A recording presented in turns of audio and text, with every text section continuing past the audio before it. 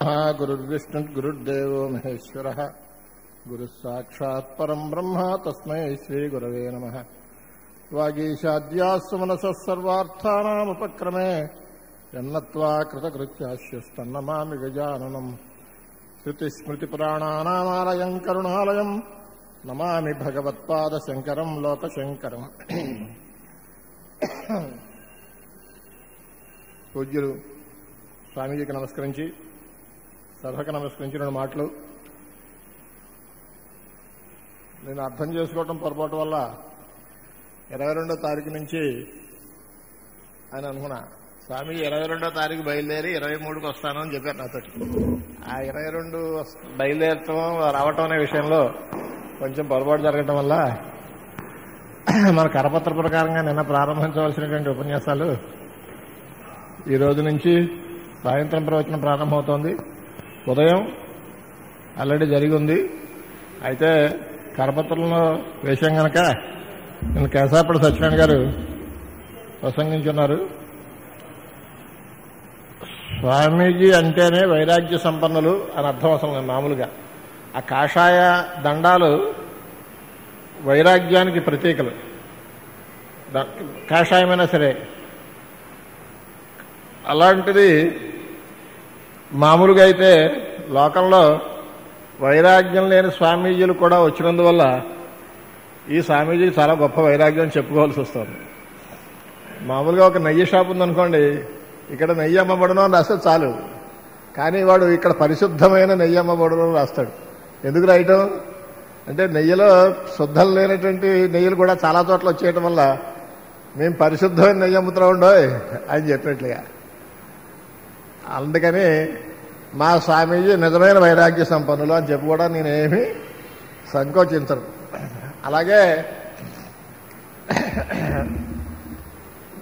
స్వామీజీలు చాలామంది, కొల్లూరు సోమశేఖర శాస్త్రి గారు మా గురువుగారు ఉండేవారు. వారు కొంతమంది స్వాములను చూసి మీరేం చదువుకోరు, సన్యాసం మొత్తం పూజ చేసుకుంటారు ఎందుకు అని నేను ఆక్షేపించేవాట. ఓ స్వామీజీ తెగించి సాహసించి అన్నట్ట, చదువుకున్నవాడు మీరు అందరూ ఏమో సంభావన వెళ్తున్నారు, సన్యాసం పుచ్చుకోవట్లేదు, కనీసం మేమైనా పుచ్చుకుంటే సంప్రదాయం నిలబడుతుందని చెప్పి మేము పుచ్చుకుంటున్నాం, మీరు చదువుకున్నాడు ఎవరో సన్యాసం పుచ్చుకోవట్లేదు కదా అని అన్నట్ట. ఇప్పుడు మా స్వామీజీ దగ్గర ఆ బాధ లేదు.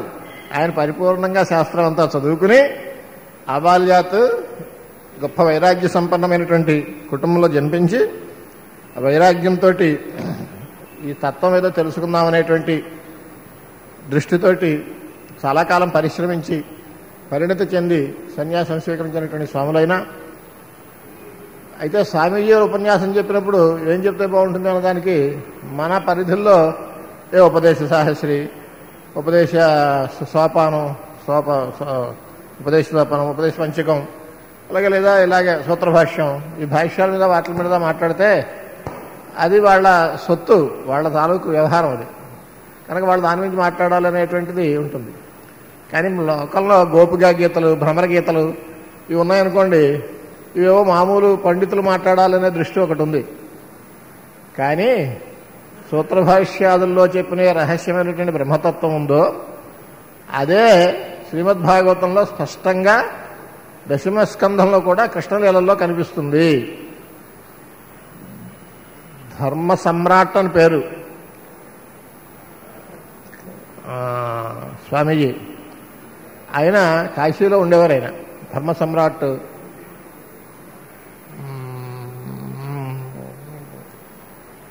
చాలా ప్రసిద్ధమైన పేరు మర్చిపోయా.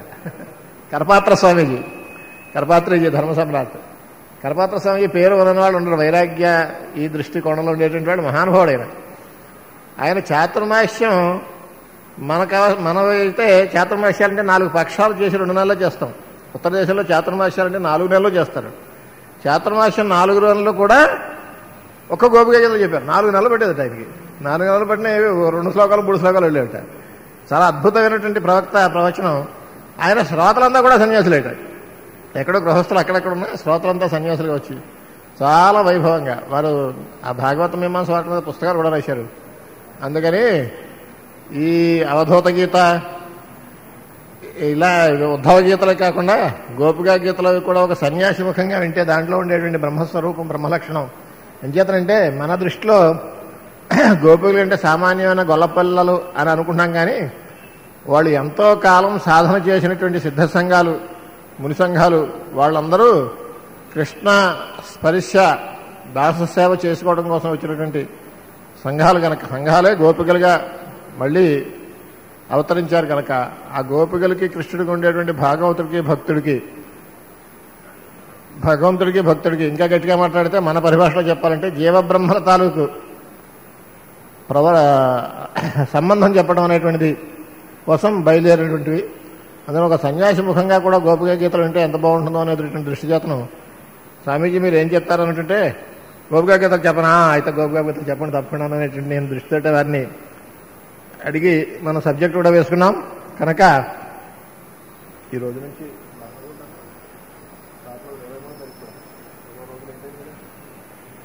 అందుకని సప్తాహ యజ్ఞం అనుకున్నాం కనుక ఈరోజు మామూలుగా అయితే కరపత్రంలో 22వ తారీఖునే ఉంది. కానీ ప్రారంభం అవటం లేట్ రోజు చెప్తున్నారు, ఒక లోటు లేచినందులో అది కూడా 23వ తారీఖు దాకా సప్తాహంగా ఇక్కడ ఉదయం విశుద్ధ వేదాంత సారం, సాయంత్రం గోపికా గీతలు శ్రీ స్వామీజీ ప్రవర్తిస్తారు. స్వామీజీ పాండిత్యం ఎంత గట్టిదంటే మనకి బాగా పరిచితులైనటువంటి రాణి నరసింహశాస్త్రి గారి పుత్రులు తత్వవిధానంద సరస్వతి సన్యాసం తీసుకున్నటువంటి ఆయన అన్నిట్లోనూ నిష్ఠాతులను మన దృష్టి. ఆయన వీరి దగ్గర మాండూక్యోపనిషత్తు భాష్యాలు మిగిలిపోయాయి, ఎవరి దగ్గర చదవడం కుదరలేటాయని వీరి దగ్గర ఆయన చదువుకున్నారు. మన తత్వవిధానంద సరస్వతి కూడా గురుస్థానీయులు. అటువంటి సమర్థులైనటువంటి అనుభవపూర్వకమైనటువంటి వ్యక్తుల చేతను మనం వినడం మన అదృష్టంగా భావిస్తూ ఈ రోజు నుంచి ఈ సప్తాహ కార్యక్రమ యజ్ఞాన్ని ప్రారంభించవలసిన శ్రీ స్వామివారిని నమస్కారపూర్వకంగా ప్రార్థిస్తున్నాను. వారు ఇప్పటి నుంచి ఆ గోపికా గీతల మీద వారి ప్రవచనాన్ని సాగిస్తారు. జై గురుదేవ్. గురుర్బ్రహ్మా గురుర్విష్ణుః గురుర్దేవో మహేశ్వరః గురుః సాక్షాత్ పరబ్రహ్మ తస్మై శ్రీ గురవే నమః. వంశీ విభూషితకరాన్నవనీరదాభాత్ పీతాంబరాదరుణబింబఫలాధరోష్ఠాత్ పూర్ణేందుసుందరముఖాదరవిందనేత్రాత్ కృష్ణాత్ పరం కిమపి తత్వమహం న జానే. కృష్ణాత్ పరం కిమపి తత్వమహం న జానే. కస్తూరీతిలకం లలాటపటలే వక్షస్థలే కౌస్తుభం నాసాగ్రే వరమౌక్తికం కరతలే వేణుకరే కంకణం సర్వాంగే హరిచందనం సులలితం కంఠే చ ముక్తావలి గోపస్త్రీ పరివేష్టితో విజయతే గోపాలచూడామణి. ఓం.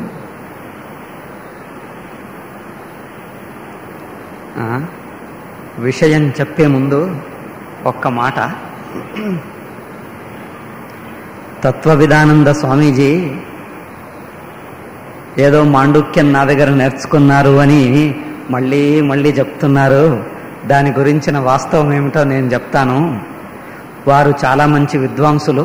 తత్వవిధానంద స్వాముల వారు ముందే తమ తండ్రి గారి నుంచి అన్ని ఉపనిషత్తులు అన్ని విషయాలు ముందే నేర్చేశారు. ఇంకా నాలాంటి వాడు చెప్పాల్సిన అవసరం లేదు. కాకపోతే ఒక సంప్రదాయం ఏమిటంటే భాష్యము, శాస్త్రాలు, ఉపనిషత్తులు కానీ భాష్యాలు కానీ గురుముఖతః వినాలి. కొన్ని ఉపనిషత్తులు కొన్ని వేదాంత గ్రంథాలు వినేస్తే ఆ మననం చేసి సూక్ష్మార్థమును గ్రహించిన వాడు ఇంకొక వేదాంత గ్రంథం అలా చూస్తేనే అర్థం చేసేసుకోగలడు. ప్రతి గ్రంథము ప్రతి వాక్యము ముఖతః చెప్పాల్సిన అవసరం లేదు. అట్లా అయినా వారికేదో మాండుక్యోపనిషత్తు మిగిలిన 9 ఉపనిషత్తులు విన్నారట. మాండుక్యం మాత్రం అది చివరికి అని పెట్టారట, వదిలేశారట నాన్నగారు. అందుకోసం అది గురుముఖతః వినలేదు అని ఆ శాస్త్ర సంప్రదాయము నిర్వహించటం కోసం నన్ను అడిగారు. అప్పుడు ఆయన ఇంకా గృహస్థులుగానే ఉన్నారు. కొంచెం నేను ముందు సన్యాసిని గనక, అంటే ఊరికే మేము పారాయణం చేశాము, నేనేమీ అర్థం చెప్పలేదు, ఒక్క వాక్యానికి అర్థం చెప్పలేదు. ఆయన ఏదో ఊరికే నన్ను ఆయన ఉదారత వల్ల, ఆయన మంచితనం వల్ల నన్ను గురువు అంటున్నారు కానీ ఊరికి మేము పారాయణం చేశాం, నేను అంతకు మించి ఏమీ చేయలేదు నేను చెప్పేస్తున్నాను. వారన్నీ చాలా విద్వాంసులు, చాలా విషయాలు నేర్చిన వారు, వారికి ముందే తెలుసు. ఊరికే ఏదో నా మీది గౌరవంతో ఆ మాట అంటున్నారు, వీరు కూడా అది ఏదో నిజమన్నట్టు మళ్ళీ మళ్ళీ అనేస్తున్నారు. ఒక్కసారి అనేసి ఇంకా మానేస్తారేమో అనుకుని నేను ఏమనలేదు. గత 2 ఏళ్ల నుంచి మళ్ళీ మళ్ళీ అంటుంటే నేను చెప్పాల్సి వచ్చింది కనుక నేను చెప్పింది ఏమీ లేదు, ఊరికే పారాయణం చేశాము ఒకరి ముఖం నుంచి అంతే. ఇక సరే విషయానికి వద్దాం.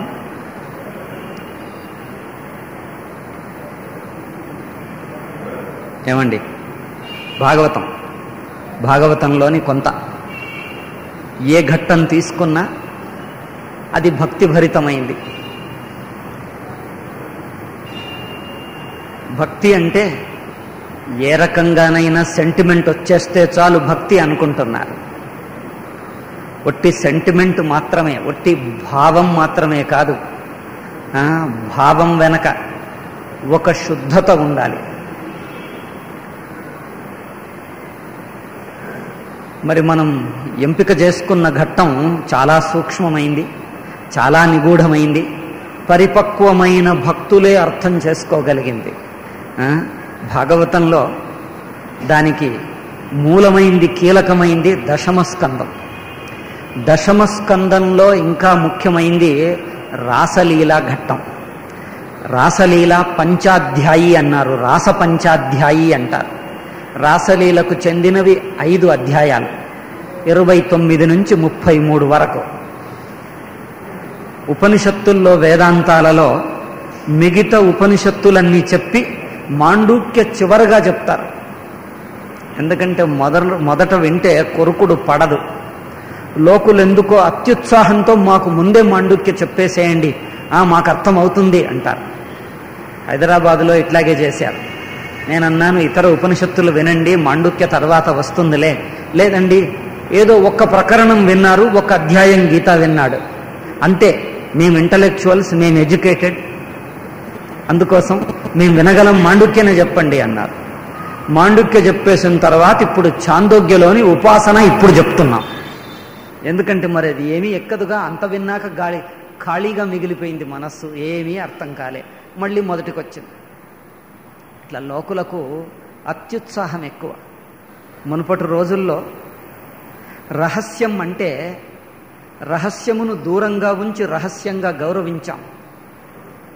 ఇది రహస్యం కనుక ముందు కింది మెట్లన్నీ అర్థం చేసుకున్నాక రహస్యం వినండి, దానికి యోగ్యత వచ్చినప్పుడు అర్థం అవుతుంది. అది అర్థం కావటానికే, చేసుకోవటానికే గాని వద్దు నీకు తెలియద్దు అని ఊరికే దాచిపెడితే ఎవరికి లాభం? అది నాశనం అయిపోతారు.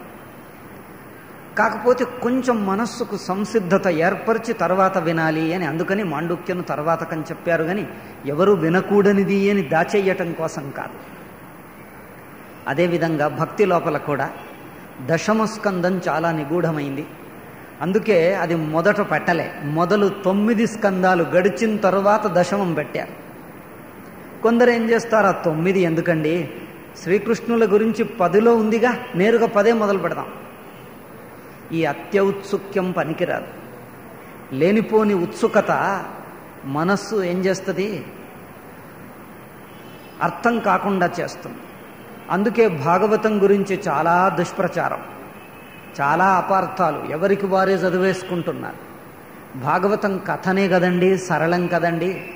తర్కం ఉంటే కఠినమయ్యేది, గురుముఖత వినాల్సి వచ్చేది. భాగవతం కథనేగా, కృష్ణుడు పుట్టాడు, బాలుడు ఆడుకున్నాడు, అయిపోయింది, మాది మేమే చదివేసుకోగలం.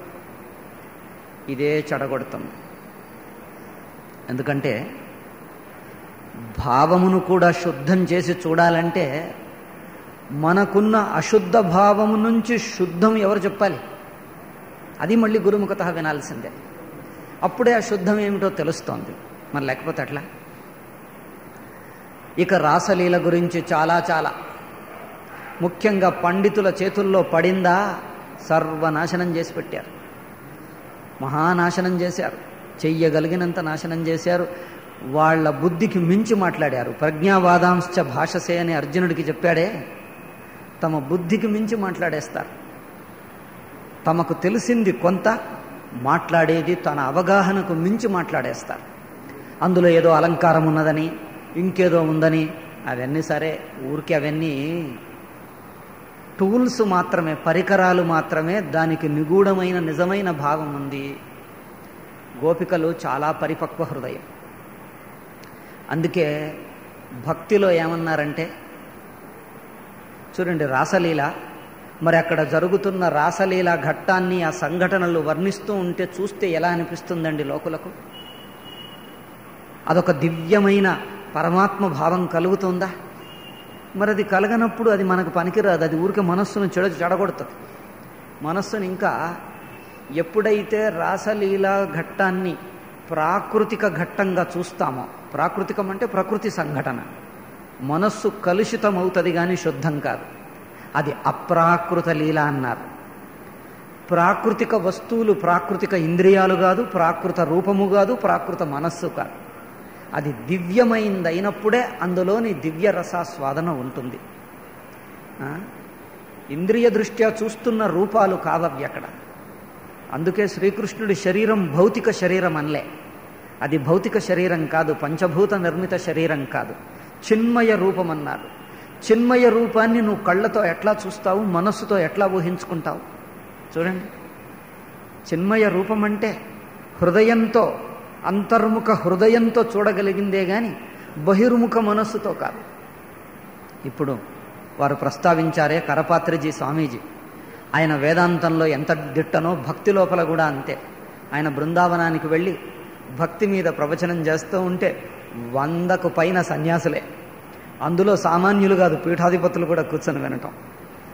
100 అంటే ఇంకా సామాన్యం, 100 కంటే ఎక్కువ, ఇంకా గృహస్థులు ఇంకా ఎక్కువ. ఒక చోట ఆయన ఎలా చెప్తుంటారంటే, ఇప్పుడే వారు అన్నారు, దాన్ని నేను ఇంకొక ఉదాహరణగా చెప్తున్నాను. ఒక చోట భగవద్గీత మీద సప్తాహం 7 రోజులు ఆయనకు సమయం ఇచ్చారు.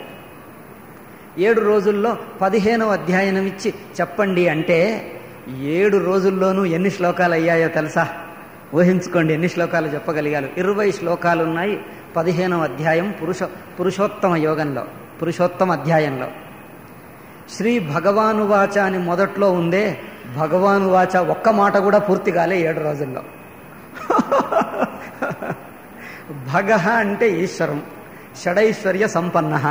ఆ షడ్ ఐశ్వర్యాలు ఏమిటి అని ఒకటొకటి వర్ణిస్తూ పోతూ ఉంటే 7 రోజులు కూడా సరిపోలేదు భగవానువాచ మాటకే. అంతటి విద్వాంసులు. పోనీ ఆయన చాలా విసిగించే పాండిత్యమా అంటే రసవత్తరంగా ఉండేది. ఎన్ని గంటలు ఎంత వింటున్నా ఇంకా ఎడతెగకుండా సాగుతూ ఉంటుంది. ఆయనకటు సాహిత్య శాస్త్రం, తర్కశాస్త్రం, వేదాంత శాస్త్రం, భక్తి శాస్త్రం అన్నిటినీ క్షుణ్ణంగా, మీమాంసలోనైతే చాలా దిట్ట.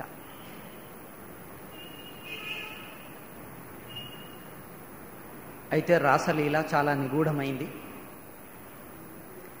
రాసలీలకు తగినంత భక్తి, తగినంత భావశుద్ధి కలగాలి. అందుకే భక్తిని ఏమన్నారంటే 5 భావాలన్నారు. భావాలంటే సంబంధాలు అని అర్థం. 5 రకాల రిలేషన్షిప్ భగవంతుడికి, భక్తుడికి. సంబంధం ద్వారా భావాన్ని చూస్తాం. ఒకటి శాంతభావం అన్నారు, 2వది దాస్యభావం, 3వది సఖ్యభావం, వాత్సల్యం అంటే ఇంకా బాగుంటుంది, 4వది సఖ్యభావం, 5వది మధుర భావం అని 5 భావాలు చెప్పారు.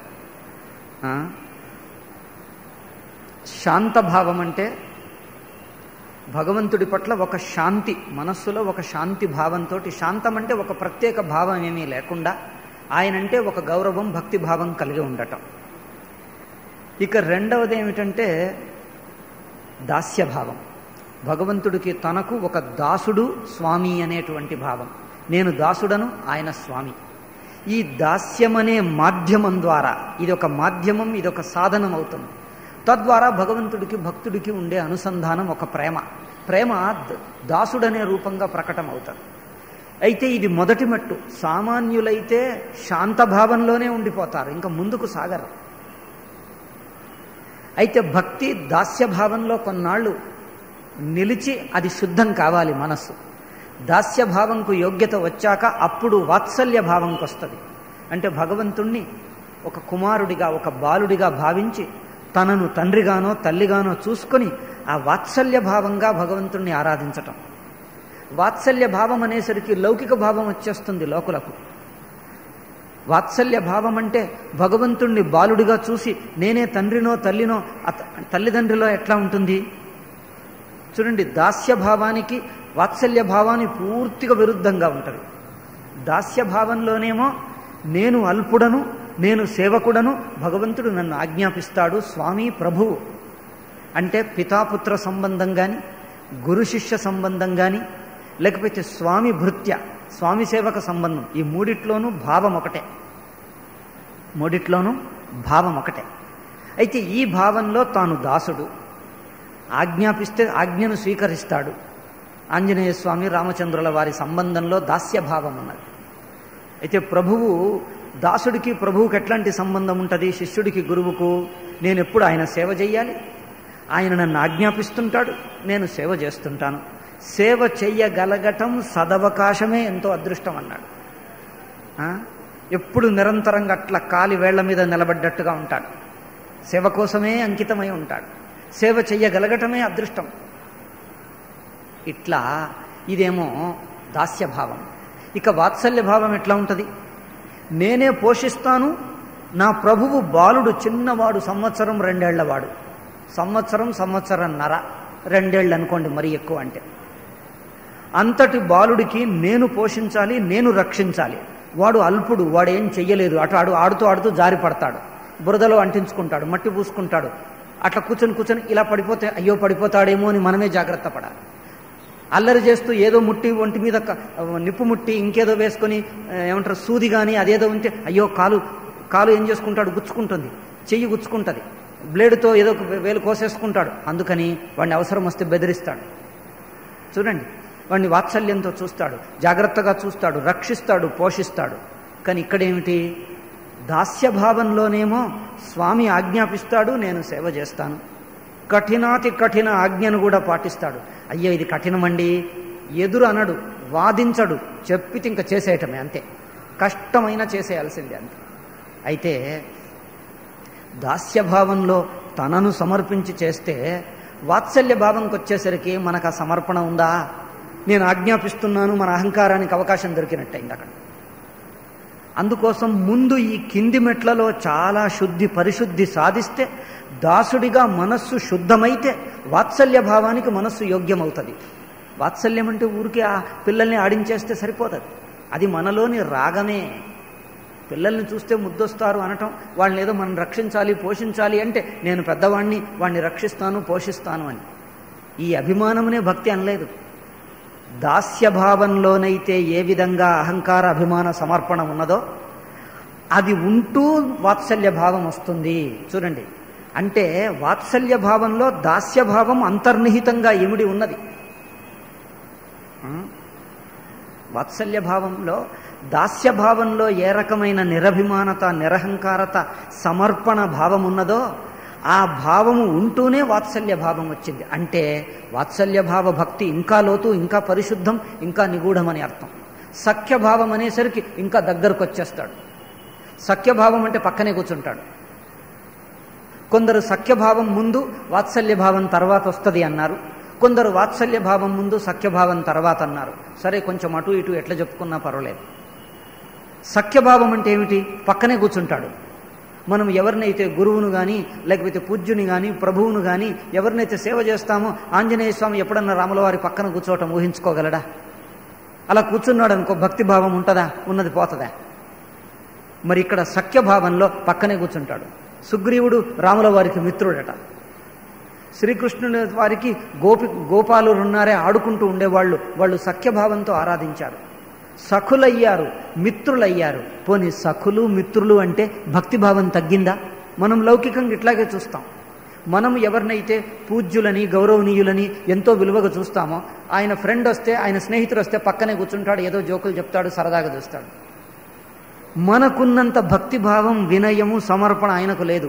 అందుకే మనమేమనుకుంటాం, మిత్రుడు అంటే పక్కన కూర్చుండేవాడే కానీ, భుజం మీద చెయ్యేసేవాడే కానీ, ఏదైనా ఆజ్ఞాపిస్తాడు, అలా పోదాం పద అంటాడు. ఇప్పుడు నాకు తీరగలేదండి అంటే, ఆ పని తర్వాత చేసుకుందో కదలే పద అనేసరికి ఇక నాకు పరిచయం అండి కాదనలేక వెళ్తాడు.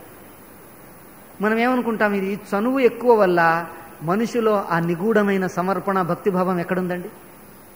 దాసుడికైతే అయ్యో నేను ఎక్కడ నొప్పిస్తానో, మా స్వామిని, మా ప్రభువును, మా భగవంతుణ్ణి నేను ఎక్కడ ఇబ్బంది పెడతానో, నా అజాగ్రత్త వల్ల, నా తప్పుడు బుద్ధి వల్ల, నా సంస్కార రాహిత్యం వల్ల నేను ఎక్కడ ఇబ్బంది కలిగిస్తానో అని జాగరూకంగా ఎంతో ప్రేమగా అపరూపంగా చేసేవాడు మిత్రుడనేసరికి అది పోతుందా లేదా?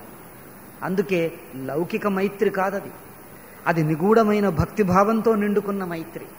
అయితే మైత్రి లోపల కూడా భక్తి చూడగలగాలంటే దానికి కింది భావమైనటువంటి ఈ శాంతభావం, దాస్యభావం అందులో కలుపుకొనే వస్తుంది. దాస్యాన్ని ఉల్లంఘించి రాదు. దాస్యంలో ఏ నిరహంకారత ఉన్నదో ఆ నిరహంకారత ఉండి మైత్రి భావం వచ్చింది అంటే అది భక్తి యొక్క ఇంక పైమెట్టే. వాత్సల్యంలో అయితే ఇంకా సఖ్యభావం కంటే వాత్సల్యం ఇంకా ఎక్కువ. అందుకే ముందే సఖ్యభావం మేలు, వాత్సల్యం తర్వాత మట్టు. ఎందుకు? వాత్సల్య భావంలోనైతే పిలిచి ఆజ్ఞాపిస్తాడు. బాలుడు ఆడుతుంటే అల్లరి చేయకో అంటాడు, వాడు అలా ముడుతుంటే అది కింద పడిపోతుంది, పగిలిపోతుంది, వద్దు అని బెదిరిస్తాడు. నువ్వు భగవంతుడిని బెదిరిస్తే మనకేమైనా భక్తి ఉంటుందండి? యశోదమ్మ గారైతే కోపం వస్తే వాడిని కొరడా పట్టుకుని కొట్టడానికి బయలుదేరింది, ఇంకా అల్లరి చేస్తే వాడిని తాడుతో కట్టింది. మనకి ఇదేదో సరదాగా ఆటలాగున్నదని. దాని వెనక చూడండి, కొరడా బట్టి ఎవరిని కొడుతున్నావో వాడి మీద నీకు నిరహంకారం, నేను నాది అనే అభిమానం సమర్పించి చేయగలడా? మరి యశోదమ్మ గారంటే సామాన్యమా? ఈ కింది స్థాయి దాస్యభావం, సఖ్యభావం, శాంతభావమును నిండుగా అభ్యసించి పరిపూర్ణ భక్తిభావము ఉండి ఇంకా సాన్నిధ్య అతిశయం వల్ల, చనువు వల్ల వాత్సల్య భావానికి ఎదిగింది. వాత్సల్యంగా చనువుతో వాణ్ణి బెదిరిస్తూ ఆడిస్తూ కొరడా పట్టుకొని బెదిరిస్తున్నా ఈ దాస్యభావంలో ఉండే భక్తి పోలే, అది లోపల ఉండనే ఉన్నది. అది ఉండి ఇంకో మెట్టు పైకి ఎదిగింది అని అర్థం.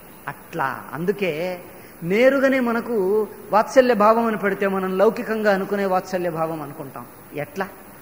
అందుకే అన్నారు ముందు ప్రహ్లాదుడి ఘట్టం, ఇంకా వరాహ పురాణం, కపిలుడి ఉపదేశం, ఇంకా ఉన్నాయే ధ్రువుడిది, అవన్నీ మొదటి ఘట్టాలన్నీ, అజామిలుడి ఉపాఖ్యానం, అవన్నీ మొదలు 9 ఘట్టాలు విని మనస్సు కొంత శుద్ధమయ్యాక దశమ స్కందంలోని భావానికి యోగ్యమవుతుంది. అందులోపల కూడా సఖ్యం గోపాలులతో ఆడుతూ ఉంటాడు. వాత్సల్య భావం యశోదమ్మది చూస్తారు, తర్వాత వస్తుంది రాసలీల ఘట్టం. ఇక మధుర భావం చూడండి, ప్రేమ.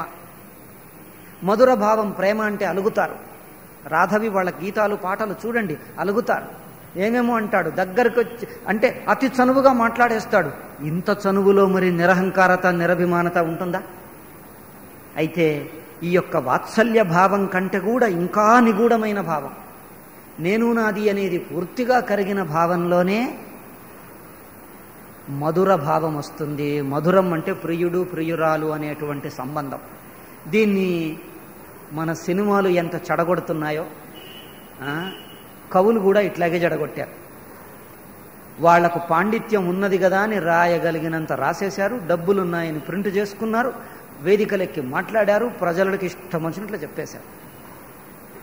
ఒకతను అన్నాడు, అందరికీ తెలిసిన ప్రసిద్ధమైన వ్యక్తే, వేదాలను కూడా అనువాదం చేశానని చెప్పుకున్నాడు. 4 వేదాలను మొదటిసారి తెలుగులో అనువాదం చేసింది ప్రపంచం సృష్టి ఆది నుంచి నేనే అన్నాడు. బ్రహ్మదేవుడు ఆయనే. కమ్యూనిస్టులు కూడా వేదాలను అనువాదం చేస్తారు. ఎందుకంటే మన గతి, హిందూ మత గతి ఇట్లా పట్టింది. బుద్ధిమంతులు పండితులు చెయ్యకపోతే మరి కమ్యూనిస్టులే గతి మనకు. పండితులేమో చెయ్యమంటారు, సాంప్రదాయికులు చేస్తే కదా లోకానికి ఉపయోగపడుతుంది. అయితే అతను ఏమన్నాడు, జయదేవుడి అష్టపదులను అనువాదం చేసి అందులోపల ఏదో ఒక మధుర భావంతో ఆ రాధ కృష్ణుణ్ణి ఆరాధిస్తుంది. అందులో శృంగారపు భావనలు వంటివి అక్కడ కనిపిస్తాయి. అంగాంగ వర్ణన, శృంగార పరస్పర అంగ సంయోగము మొదలగినవన్నీ హృదయపు భావనలు వర్ణించి ప్రతి గీతం చివరిలో మాత్రం ఒక్క మాట అంటాడు. ఏమిటి? ఎవరైతే ఈ గీతమును పాడి మనసారా భక్తిభావంతో పాడతారో వాడి మనస్సు నిర్మలమై అభిమాన అహంకారాలు తొలగి కృష్ణ భక్తి ప్రాప్తమవుతుంది, కృష్ణ ప్రాప్తి కలుగుతుంది అని ప్రతి గీతం చివర్లో ఈ ఒక్కొక్క వాక్యం అంటాడు. ఆయన దానికి అనువాదం చేసి ఏమంటాడు, ఈ ఒక్క వాక్యం తీసేస్తే చాలు, ఆహా ఎంత మంచి శృంగారం. ఏమండి, నాకది చూడగానే ఏమనిపించింది, ఆహా రావణుడు సీతమ్మతో మాట్లాడితే ఎంత మంచి మాటలండి, ఎంత ప్రేమతో కూడుకున్న మాటలండి, బాగుంటుందా? ఐడియల్ ప్రేమ, ఆదర్శ ప్రేమకా మాటలు ఇలాగే ఉన్నాయి. రసాభాష అంటే ఇదే, ఇట్లాంటి మాటలే. ఇలాంటి పండితులే అనువాదాలు చేస్తారు. వాళ్ళు మంచి పండితులు సుమా. పండితులు అంటే భాషా పాఠవం బాగుందని అర్థం. ఇక మనకు అవే పుస్తకాలు గతి. మార్కెట్లోనే అవే పుస్తకాలు, వేరే పుస్తకాలే దొరకవు. ఎవరన్నా చేస్తేగా. సమాజం బుద్ధులన్నీ ఇట్లాగే ఉన్నాయి. ఇక మన పురాణ కథలన్నీ సినిమా రచయితలు ఇష్టం వచ్చినట్లు రాసేసి హీరోను విలన్గా, విలను హీరోగా రాసేయండి మంచిగా. ఎందుకంటే సినిమా అనేది ఒక మంచి ప్రసార సాధనం, ఆకర్షణీయంగా ఉంటుంది, రంగురంగులు ఉంటాయి, కథ ఉంటుంది, అభినయం ఉంటుంది, పాత్రలు ఉంటాయి, మంచి అన్ని సంఘటనలు చూపించవచ్చు. ఇది మంచి ఛాన్స్ అన్నారు. హిందూ సంస్కృతిని ఎంత బాగా నాశనం చేస్తే అంత గొప్పవాళ్ళం అనిపించుకున్నారు. అంతా రావణుడి అవతారాలే, రావణుడి అవతారాలే సినిమా కథలు రాసేవాళ్ళందరూ. ఇక అన్నిట్లో చేసేస్తున్నారు. దీనివల్ల రాసలీల అంటే కూడా రాధాకృష్ణులంటే ఎవడంటే వాడు ఏదంటే అది రాసేసేయటం ఇష్టం వచ్చింది. నిజంగా వాళ్ల కథలు ప్రసిద్ధికెక్కినంతగా భక్తులు, నేను అడుగుతున్నాను తెలుగు వాళ్లలో, భక్తులు నిజంగా భక్తులు సాంప్రదాయికంగా వైరాగ్యపూర్వకంగా వివేక వైరాగ్యం కలిగి విషయ భోగాలను వదిలి, పేర్లు ప్రతిష్టలు కానీ భోగాసక్తిని వదిలి భక్తిభావంతో రాధాకృష్ణుల భక్తిని చూసి ఆ దృష్టితో ఆరాధించి రాసిన వాడు ఒక్కడన్నా పుస్తకం ఉందా? ఒక్కటన్నా ఉందా? చాలా దురదృష్టం.